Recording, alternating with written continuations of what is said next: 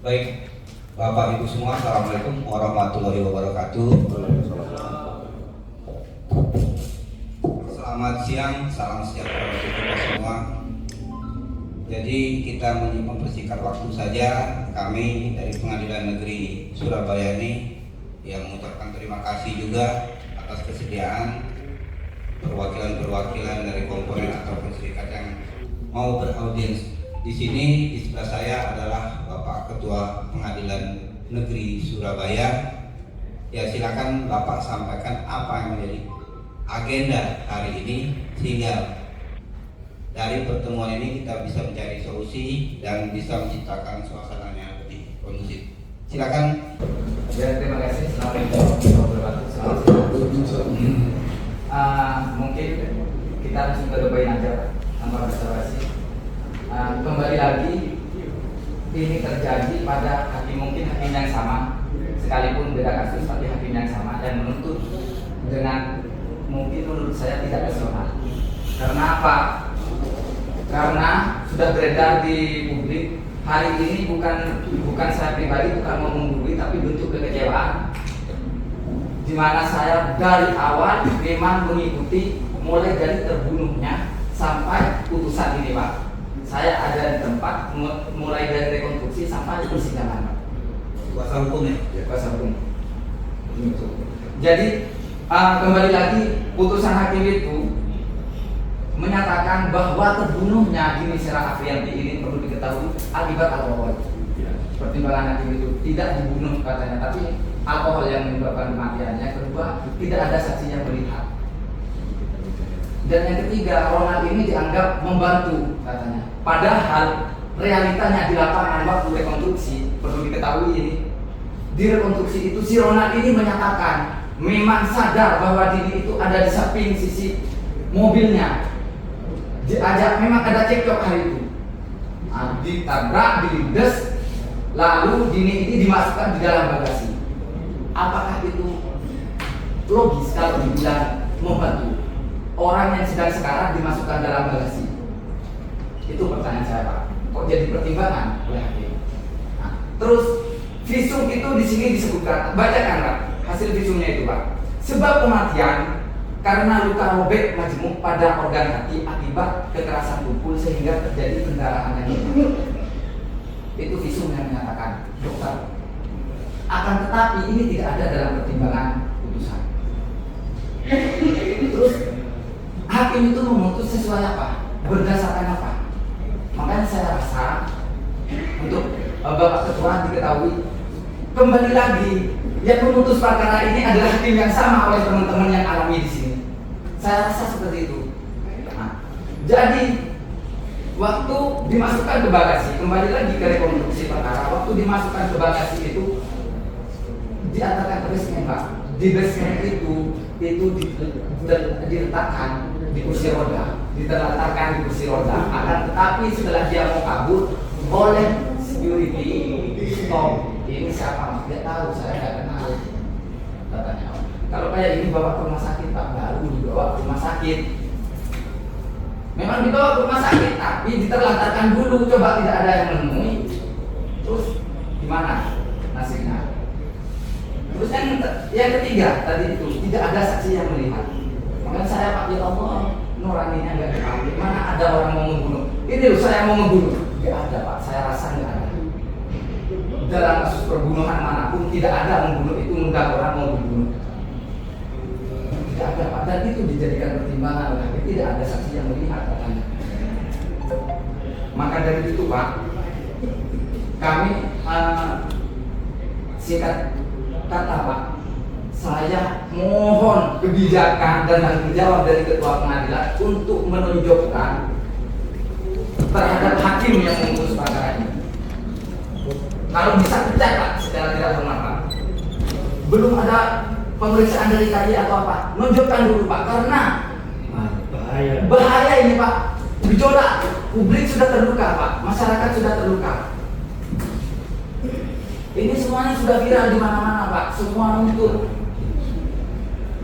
Mulai dari media sosial sampai masyarakat, trending topiknya hari ini adalah putusan terhadap Ronald. Dan kebetulan rumornya barusan dari pagi ini si Ronald pergi ke luar negeri katanya. Ada apa? Kan seperti itu pertanyaannya. Terus siapa yang harus bertanggung jawab dalam hal ini? Makanya lah kalau bicara tentang Mas Kadibus, hakim di Pengadilan Negeri Surabaya dipertanyakan lagi kualitasnya, integritasnya. Itu dipertanyakan lagi. Khususnya hakim yang mengadili perkara mungkin sama ya, kita diadili oleh hakim yang sama ya. Jadi minta tolong Pak, minta tolong. Aksi kami Pak, hari ini Pak, monggo bisa dilihat Pak. Mungkin dapat tembusan dari kepolisian, aksi kami 1 tahun.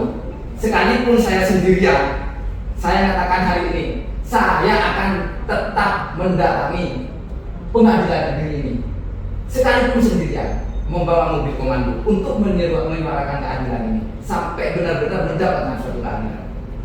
Terima kasih. Cukup ya saya. Ada lagi? Cukup. Jadi juga dari kuasa hukum dari LBH, dari korban Dini dan juga dari PHI serta terakhir ada Pak Agus. Jadi pada dasarnya ini adalah walaupun wujud kekecewaan, tapi mereka juga memberikan dukungan pada Pengadilan Negeri Surabaya. Tapi untuk lebih bagaimana tanggapannya, silakan Bapak untuk memberikan tanggapan. Baik, terima kasih. Assalamualaikum warahmatullahi wabarakatuh. Selamat siang, salam, yang terhormat rekan-rekan pemerhati pengadilan dari masyarakat. Alhamdulillah ini kita ketemu dan berdiskusi. Ini adalah pertemuan saya yang kedua, kalau tidak salah yang pertama dengan rekan-rekan PHI juga di atas. Saya tidak tahu siapa yang hari itu. Dan Uli baru Kedua ya. Ini pertemuan yang kedua. Alhamdulillah hari ini lebih lengkap. Dan saya bisa memberi sedikit informasi terkait kasus yang baru diputus oleh salah satu majelis dari Surabaya ini. Tapi saya akan memberi informasi secara singkat karena mudah-mudahan bisa secara keseluruhan sampai ke masalah-masalah yang disampaikan. Tapi yang perlu kita ketahui pertama adalah saya Ketua Pengadilan Negeri Surabaya baru genap 3 bulan 2 minggu. Saya dilantik tanggal 17 April dan hari ini tanggal 29, kira-kira 3 bulan 2 minggu. Alhamdulillah ternyata di hari kemarin itu pertama ulang tahun saya. Hari ini saya ketemu dengan rekan masyarakat, terutama mempertanyakan putusan kemarin dan beberapa putusan yang jadi kendala selama ini. Baik, perlu saya sampaikan bahwa perkara yang kemarin dari putus 11 itu ditunjuk oleh ketua majelis sebelum saya. Dan dari hasil penilaian saya, ketua majelis telah menunjuk majelis yang betul-betul bagus menurut saya. Kenapa? Ketua majelis mengambil beberapa hakim lintas sektor yang tidak ditunjuk dari majelis satu, majelis dua, tapi mengambil beberapa hakim, satu hakim dari beberapa majelis sampai dari satu majelis baru. Bukan majelis tetap, tapi majelis khusus ditunjuk oleh ketua pengadilan sebelum saya khusus untuk menangani ini. Dan terkait putusannya, saya selaku pimpinan, hakim pimpinan tidak boleh mengomentari putusan yang telah diputuskan oleh majelis saya. Kalau dalam kode etiknya saya dilarang. Saya sebagai ketua pun tidak boleh mengomentari putusan yang telah diputus oleh majelis. Itu kode etiknya tidak boleh, karena bisa ditafsirkan nanti seolah-olah saya membela majelis. Apapun yang disampaikan saya pasti saya sebagai ketua membela putusan majelis. Itu saya tidak akan mengomentari. Tapi ini silakan apabila rekan-rekan tidak puas dengan putusan yang tadi dijatuhkan oleh majelis tersebut, ya jalan satu-satunya untuk upaya. Karena kalau saat itu langsung atau pada waktunya terakhir menyatakan kasasi, putusan itu sudah tidak berlaku. Nanti putusan berikutnya dari mahkamah itu yang akan berlaku, apakah dikuatkan seperti tolak atau di pengadilan sendiri. Jadi pada saat penuntut umum atau penuntut umum mengajukan kasasi, putusan PN itu sudah tidak berlaku, dinyatakan tidak berlaku karena menunggu putusan kasasi yang diputus oleh majelis hakim agung. Jadi itu intinya, saya tidak bisa mengomentari putusan hakim yang sudah diputus, dan bagi saya dan semua hakim itu melanggar kode etik yang ada dalam diri kita sendiri. Tapi saya sangat respon terhadap keberatan-keberatan yang disampaikan oleh saudara-saudara semua. Silakan, dan saya akan menginformasikan semua keluhan ini untuk saya sampaikan ke pimpinan saya, PT dan Dirjen. Mudah-mudahan laporan saya tertulis nanti terkait pertemuan kita ini bisa menjadi bahan bagi PT dan Dirjen evaluasi terhadap majelis yang bersangkutan. Kalau saya tidak bisa, karena kewenangan saya untuk istilahnya